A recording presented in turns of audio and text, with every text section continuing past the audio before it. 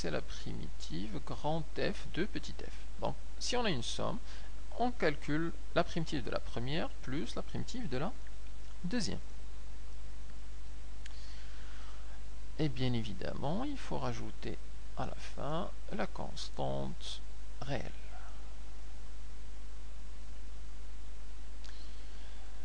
Alors, deuxième propriété.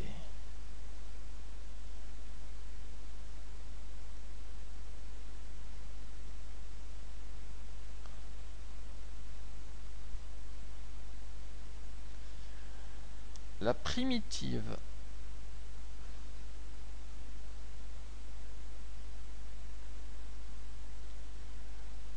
du produit d'une fonction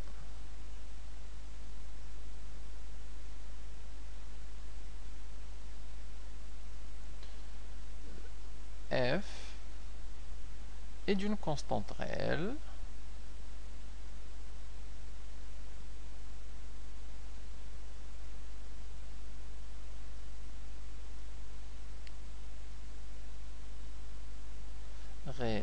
k et le produit, c'est le produit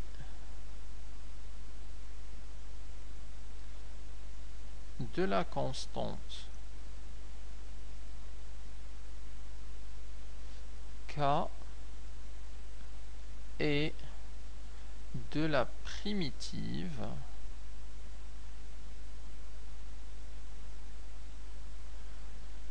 de f, c'est-à-dire grand F. Alors, qu'est-ce que ça nous dit? Alors, un petit exemple, encore une fois.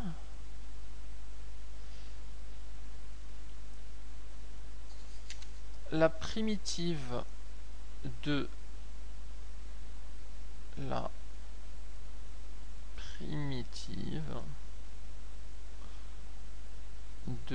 la fonction f de x égale à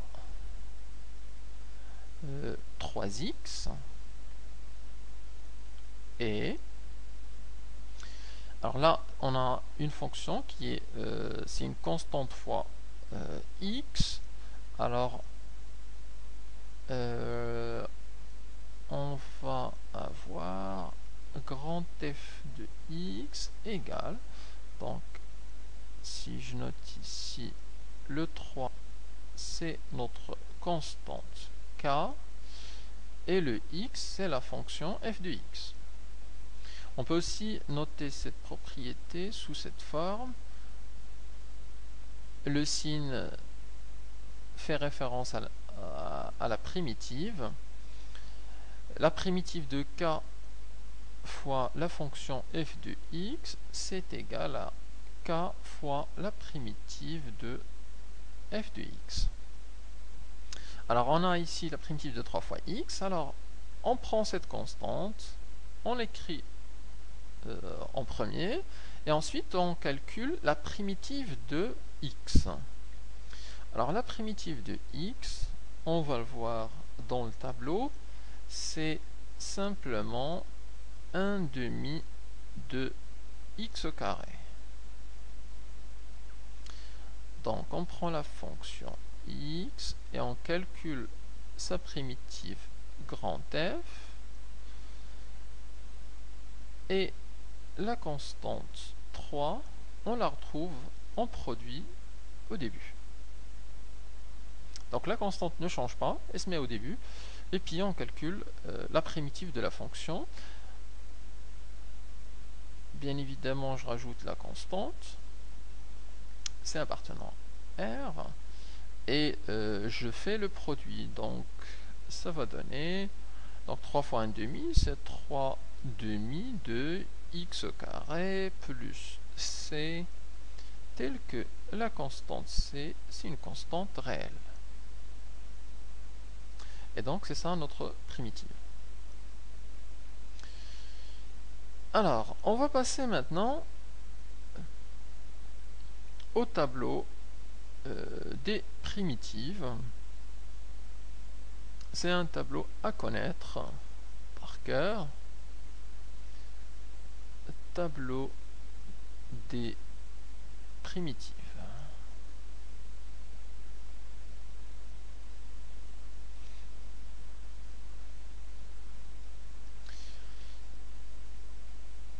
Alors je vais le découper ici en deux. Et ici, on a la fonction f, ici sa primitive, ici la fonction f et ici sa primitive.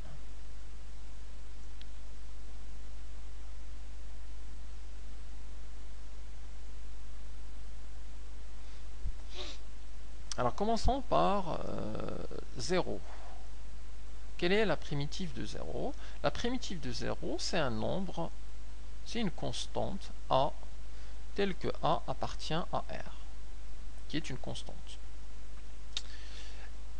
La primitive d'une constante a, c'est a fois x. Puisque si on prend celle-là, le ax, et qu'on la dérive, le x, la dérivée de x est 1, et on se retrouve avec a. La primitive de x, c'est 1/2 de x au carré. Et dans le cas général, la primitive de x à la puissance n, c'est une primitive qu'on retrouvera assez souvent dans les calculs, c'est 1 sur n plus 1 fois x à la puissance n plus 1. Ensuite, la primitive de 1 sur x carré, c'est moins 1 sur x. On a ensuite la primitive des fonctions avec une racine.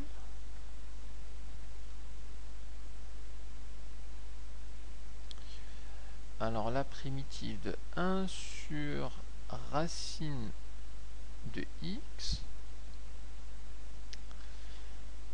c'est égal à 2 fois, allez, je vais le noter comme ça, 1 sur racine de x égale à 2 fois racine de x. Et vous allez remarquer que ce tableau des primitives, en fait, c'est simplement une inversion du tableau des dérivées. C'est-à-dire que si on veut passer du grand f au petit f, c'est simplement une dérivée. Si on a la ax dérivée, ça donne a. La dérivée de 1/2 de x carré, la dérivée de x carré, c'est 2x. Le 2 simplifié avec le 1/2, on a x.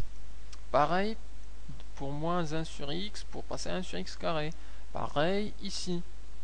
Donc en fait, le tableau de primitives, c'est simplement une inversion du tableau de dérivées. Alors, des primitives de fonctions trigonométriques, notamment le cosinus de x, qui a pour primitive sinus de x, le sinus de x, qui a pour primitive moins cosinus de x, et la primitive de 1 sur x, c'est le logarithme népérien de x, et enfin la primitive de l'exponentielle de x, qui va nous donner simplement l'exponentielle de x. Donc voilà le tableau des primitives donc à connaître, qui nous aide de façon quasi continue pour le calcul des primitives. Hein. Si vous ne le connaissez pas, alors c'est pas la peine de tenter de résoudre des exercices, ça va pas marcher. Alors, quelques exemples pour appliquer ce tableau.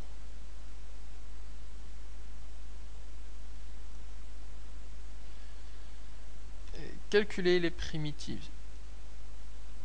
Calculer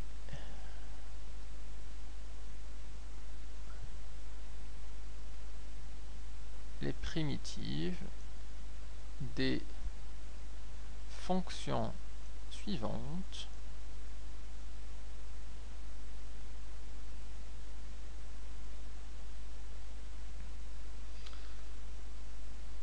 Alors d'abord, f de x égale à 6x à la puissance 3 moins 5 sur racine de x moins 1.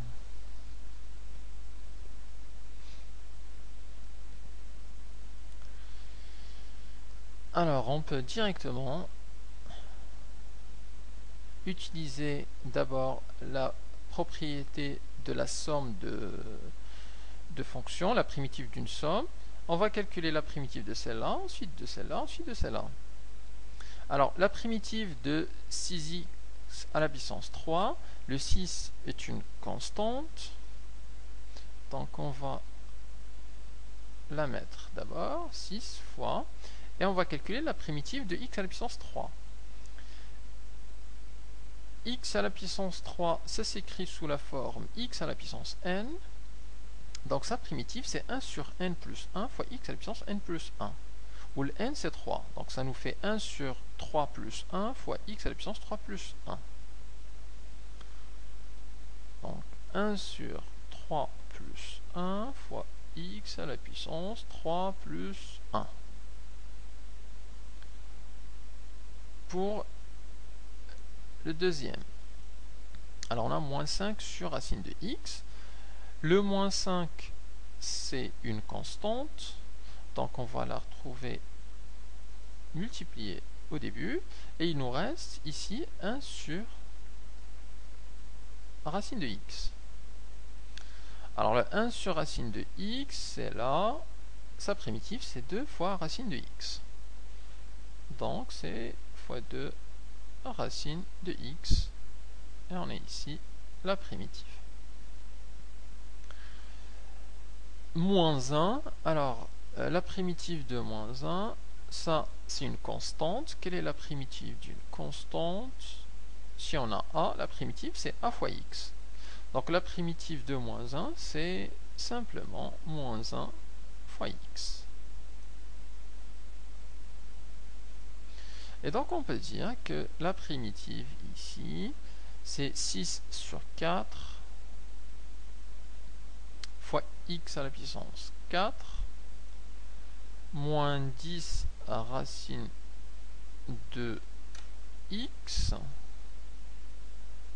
et à la fin moins x, et je rajoute la constante c plus une constante c réelle. Alors le 6 sur 4, il y a une simplification, simplifie par 2, ça nous fait du 3 demi x puissance 4 moins 10 racine de x moins x plus c, où le nombre c c'est un nombre qui appartient à R. Et on a donc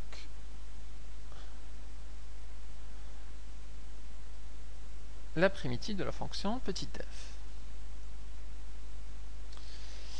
Alors, voyons un autre exemple. F de x égale en 2x moins 3